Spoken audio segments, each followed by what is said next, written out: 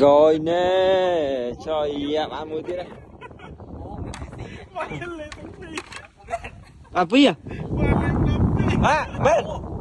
Anh ghê, thấy liếp của xô đông phi.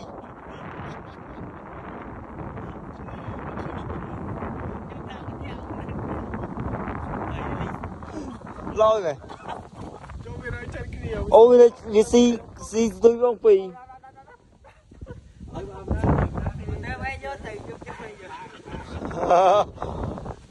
Ô lề nhỉ. Rồi men lấy đất bay bên đây màu lấy si tôi phi ô lề nhỉ. À sao dạ mà đưa sao dạ tại thấy đi thông mà.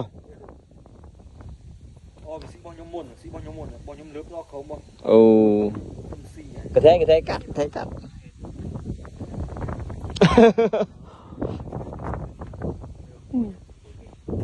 mà nó si tôi đông phi